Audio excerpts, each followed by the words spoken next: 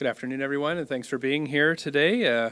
We are gathered on the unceded traditional territories of the Musqueam, Squamish, and Tsleil-Waututh, and want to thank these nations for their generosity to all who live on these lands. And I'm joined again on stage today by Tim, our ASL interpreter, and Tim and I are safe distance apart, as we all should be as we go through COVID-19. Before I begin, I once again want to send my condolences to everyone who has lost a loved one to COVID-19. My deepest sympathy to their families, friends, and caregivers.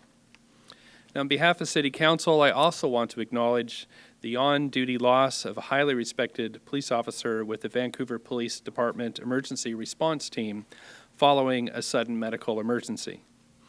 Our heartfelt thanks for his years of extraordinary service and our deepest condolences to his family, friends, and colleagues. Now, while we mourn these tragedies, I also want to take a moment and recognize the heroic work of our frontline workers and first responders who dedicate their lives to our safety. So thank you from all of us for all you do. Before I begin my remarks, I want to acknowledge that this Sunday is Mother's Day. And I want to take a moment and say Happy Mother's Day to my own mom, who watches these media conferences from her home in Nova Scotia. So, hi, Mom. And I also want to say Happy Mother's Day to all the moms out there. Now, it's going to be different this year, and my heart goes out to the mothers who won't be able to spend or visit with people who love them, especially those living in long-term care homes. You may not be able to drop by or take your mom out for brunch, but you can still do something that recognizes her and helps give back. Something, of course, that moms are all very good at.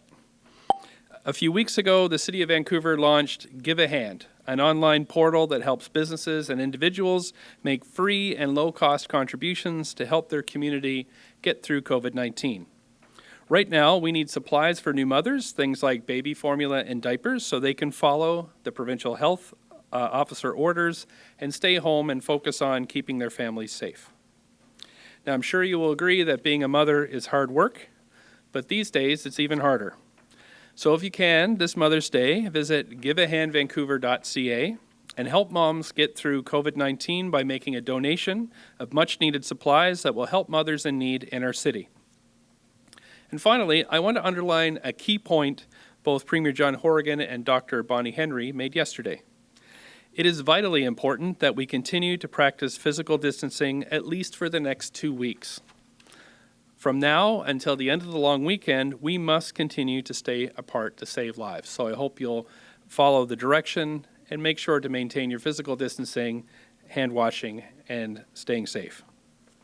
Now I want to focus the rest of my update on the news of BC's restart plan. Public health and safety has been at the core of the City of Vancouver's response to COVID-19, and this won't change. That said, we need to do all we can to get people back to work, help businesses reopen, and get our economy back on track when the time is right. Yesterday, Premier Horgan outlined his government's plan for the gradual restart of some key sectors and public institutions. Now, this is a tough balance to achieve, and while the new guidelines from the province help, a lot of uncertainties still remain for key sectors, including performing arts, tourism, restaurant and bars, and others. It's clear that business, the city, and the province will need to coordinate as we move forward. And this coordination is the purpose of the industry roundtables I've been holding, and I've already started feeding ideas from these virtual gatherings to Council and the province. Because while there have been many innovative ideas floated in the past few weeks, many of the regulations that govern our businesses are set by the province, including liquor service, for example. And while we may want to, for example, open up our sidewalks or traffic lanes to food service, we need to work closely with our provincial partners to make sure everything can be done smoothly. But I do want people to know that work is already underway by our excellent staff to support businesses in expanding patios across the city. Work is underway to find ways to simplify current processes so we can aim for quick implementation, find ways to innovate, and think outside the box when it comes to patios. But I want to stress that our work can't just be about opening doors. All of us have a role to play to ensure workers and customers feel safe in newly reopened businesses and facilities. That's why my office is working on another round of public opinion research to find out how residents feel about the opening up of various sectors and how ready they are to get back into certain areas with other customers. We need to prioritize those sectors that the public has the most desire and comfort to see reopened. For the sectors that do have customers and workers eager to get back at it, we'll need to work collaboratively to make sure this happens quickly and safely. So that's why I'll be looking to work with the province and innovate and update regulations to ensure we emerge from this crisis in better shape than we started. Now, as the Premier said, there is no return to the way things were. We are in a new normal, and we need to think differently if we are to succeed. So if you are in a sector with a more uncertain timeline, I want to hear from you. I want to say, too, that as we start conversations and make changes that allow sectors to gradually reopen, we will all need to be flexible. Now, businesses have already innovated, whether by doing more delivery, starting curbside pickups, online sales, or even live streaming classes or services. But Vancouver residents will also need to be flexible. We might need to get more comfortable with using public spaces in different ways or having businesses with longer opening hours so they can manage customer loads. And we'll also have to be open to experimenting. And maybe along the way we'll discover new and exciting ways to live and interact with one another in our great city. Now, I know we can do this. If COVID-19 has taught us anything, it should be how precious the interactions we have with one another truly are. And as we come back for this, we need to find ways to have more connections in a safer way. For the city's part, we continue to ensure our core businesses move forward while maintaining physical distance and keeping our staff and residents safe. Based on the early feedback from my industry roundtables, I am bringing forward a motion to cut red tape and enhance democracy when it comes to development in the city. If approved by Council, this motion will help speed up the application process and get more rental and supportive housing built, housing that we badly need in this city. So I want to end by thanking each and every Vancouver resident for their resilience and their patience these past several weeks. We're all going through something truly unprecedented. It has been hard, and it will continue to be hard. So that's why it's so important that we also be kind to one another. We are an amazing city filled with amazing people that have amazing ideas and energy. As we slowly start to come out of this, I know that we're in great shape to help power our country's economic and social recovery. British Columbia and Canada are counting on us to lead, and I know that we will. So thanks very much, and I'm happy to take any questions. Thank you, everybody. So first we'll go to the phones. Marcella Bernardo, your line is live. Hi, thank you. Just wanted to ask about what you talked about trying to move into this slowly, but have you had any chance to consider what about nightclubs and other places where intimacy is a given in most of those situations? Yes, actually, after we heard the Premier's announcement yesterday, and we know that, for example, nightclubs may not be able to be opened in the regular way until there's a vaccine, I immediately started talking with folks in the sector to arrange a meeting with health officials to see if there's anything we can do to help in this sector. I mean, I'm a former musician. I love, going to live music venues, and so we got to try to do everything we can to keep this vital industry alive. And so I'll be having a roundtable with industry leaders, with club owners, and with health officials to see what we can do to try to move this forward. And again, this is the innovation we're talking about. Are there things that we can do that have never been done before that can help keep this sector thriving? And is the same, I guess, option being worked out for festivals and music festivals? Yeah, that's a little larger problem right now. we are being guided by the health officer's instructions. So again, gatherings over 50 people won't be allowed, and it doesn't seem like they'll be allowed for a very long time. So following the health officer's instructions, that doesn't look like that's something that's going to be happening. However, with space where folks are paying rent, have operated for a long time, perhaps there are things, but safety has to be a priority, and then it has to be something that works for these businesses. But the best way for us to get answers is to sit down and talk about it, and I'm convening a roundtable to do that. Okay, thank you. Okay. Our next question comes from Mike Howell with Vancouver Courier. Please go ahead. Good afternoon, Mayor. I wanted to hear you more on this motion you have about cutting red tape with the development application process. Just so the public clearly understands this, is this going to take away from public having any input on development applications that come before the city? No, absolutely not. So this proposal is for current rezoning applications where we change the land use in a large way. Right now, there is a kind of a pre-development process that's mandatory, made mandatory by the city. What I'm asking council to consider is this pre-application process would be voluntary. Is that those in the industry who want help from our excellent staff can come and get it. However, the more experienced applicants would be able to come directly into the regular rezoning process. And of course, that rezoning process is of course outlined in the Vancouver City Charter, all the legal requirements as in our bylaws.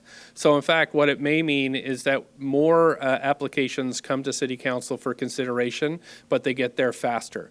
So what I see this is really moving control a bit more into the hands of council in terms of making these decisions, but also speeding up the process. And it's what we've heard from a variety of for-profit and non-profit builders saying that this would help them a lot is to really cut out an extra few months at the beginning of the process if they're unnecessary. I mean, of course, we'll continually monitor this to see how it's working, but that's what's coming in front of council on Tuesday for consideration.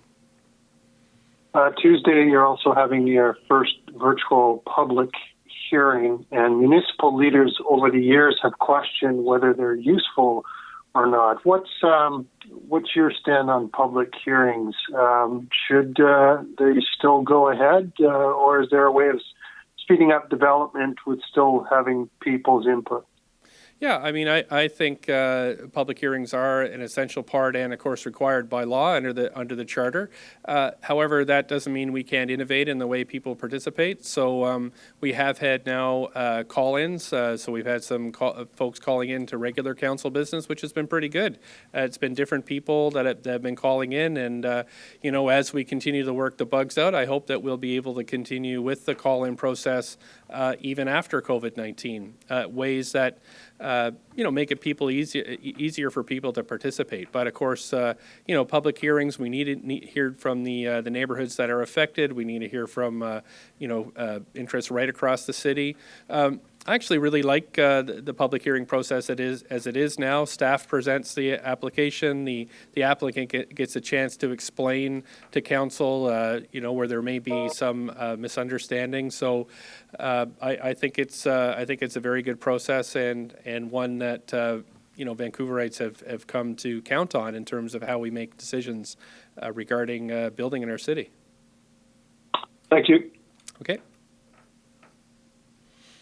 Our next question comes from Justin McElroy with CBC. Please go ahead. Hi, Mayor. Can you give people a sense of what the timelines are like for community centers, libraries, other public places that are closed, that are fully in the city's purview? Right, thanks. So we have been kind of constantly reviewing our own facilities in the city, whether it be recreation facilities or say our own city services here at City Hall. So we were all kind of waiting for the provincial announcement yesterday to see what the provincial plan would be. And now we're evaluating that plan. Of course, key for us, I guess there's a few things that's key for us. First is the safety of our staff. we don't want to be ordering people back unnecessarily back into unsafe situations, and so we have to make sure that we can do all the cleaning and distancing that we need to do so people could come back safely to work. Secondly is the public appetite. If the public, if we open an indoor swimming pool and nobody wants to come, that would be a mistake. And so we're going to have to gauge this. And of course, it doesn't just not make sense. It also doesn't make economic sense if we open up facilities that people aren't comfortable using yet. And so that's why I'm doing this next round of public opinion research, asking exactly that. How comfortable do people feel returning to all kinds of private and public sector facilities? So, it's going to be an ongoing process where we're an iterative process where we're checking with staff and the public, and then looking at the economics of it before we open things up. My thought is that we'll be opening up outdoor facilities first. So we have started with golf courses and moving to other facilities. You may see other recreational facilities opening soon. Indoor facilities are trickier because of the need to social distance and clean. But there will be announcements coming, soon in terms of. It won't be everything all at once. We'll be rolling things out one bit at a time as these operational decisions are made. But I'm as eager as everybody else to get things back, to this new normal that we have to achieve. And I know people are missing their city services, and but we have to be cautious and follow the health orders. And just to follow up on that, there were announcements already today by Coquitlam and Port Coquitlam for opening things up. Is part of the reason Vancouver might go slower simply because of the size and the density and the number of facilities in the city? It just takes a longer time? Yes, and if you think back to when this all started, we did have a lot of people coming from outside of the city into the downtown core as things were starting to shut down.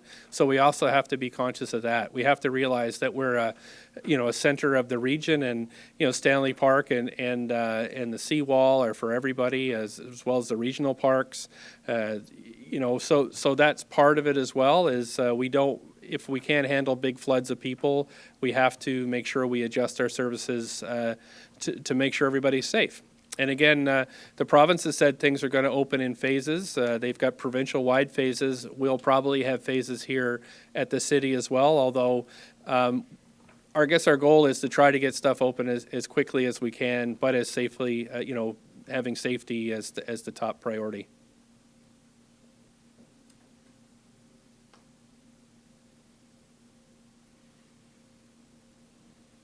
Our next question comes from Srishti Gagnev with CKNW. Please go ahead. Hi, Mayor. Thanks for taking my question. I'm just wondering if you can elaborate on what the city is thinking or planning for vulnerable populations. I know that that's mostly been a provincial project as well, working with BC Housing to put people in Oppenheimer Park in hotels. But I'm just wondering if the city is taking any initiatives on that end to move people or to house people who aren't in the park, and if you can elaborate what those plans are. Yeah, we're so grateful that Premier Horgan appointed Shane Simpson as the lead on this file for the downtown east side and surrounding areas when it comes to COVID-19 and also the overdose crisis, and homelessness rolls right into that. We have seen action in Oppenheimer Park, and we have had, the province has, working with BC Housing and Portland Hotel Society, relocated about 200 people so far, which is great. So that plan does seem to be moving along, and people are getting housed. However, we are entering into the next phase of discussion of longer-term plans.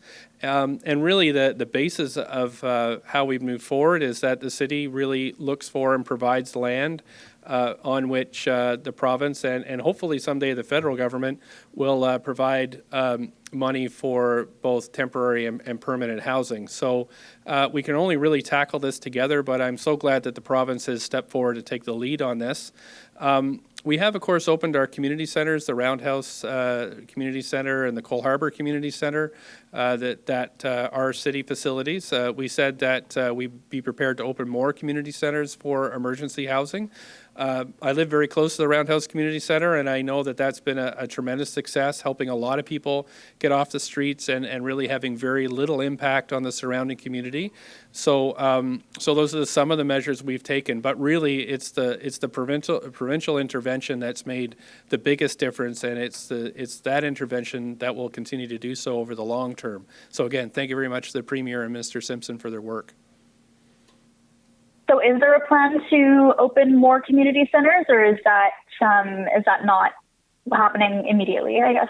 Well, we had offered community centers early on, but then the province came in and decided to lease hotel rooms.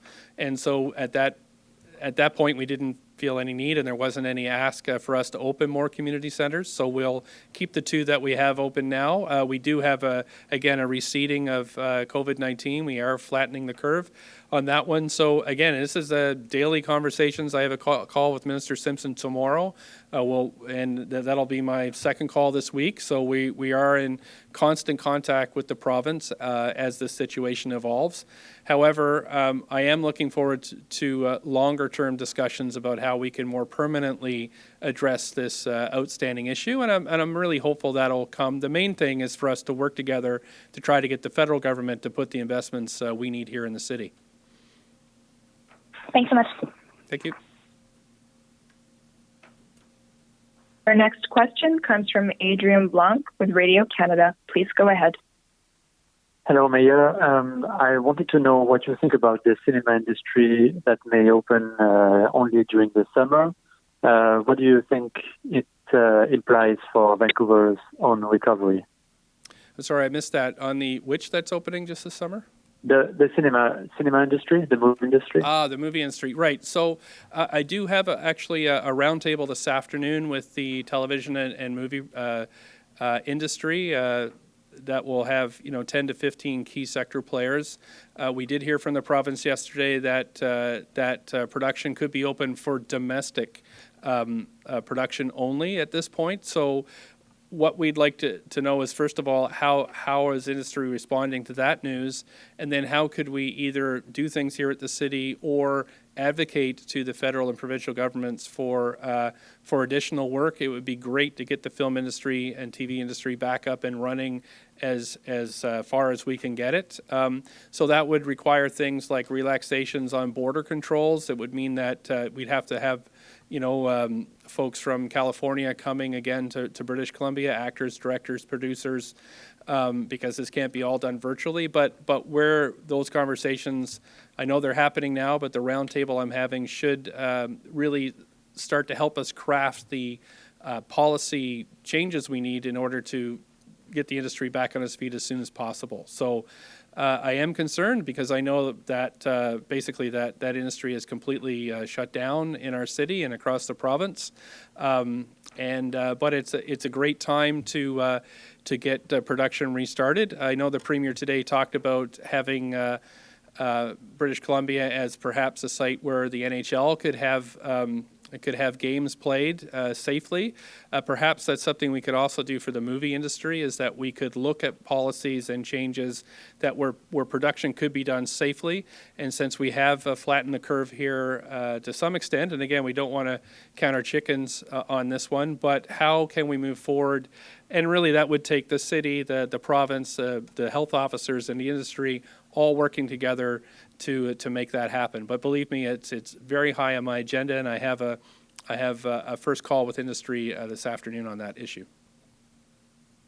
And I had a question about public transportation. Would you like TransLink to ramp up transportation again, like activity again?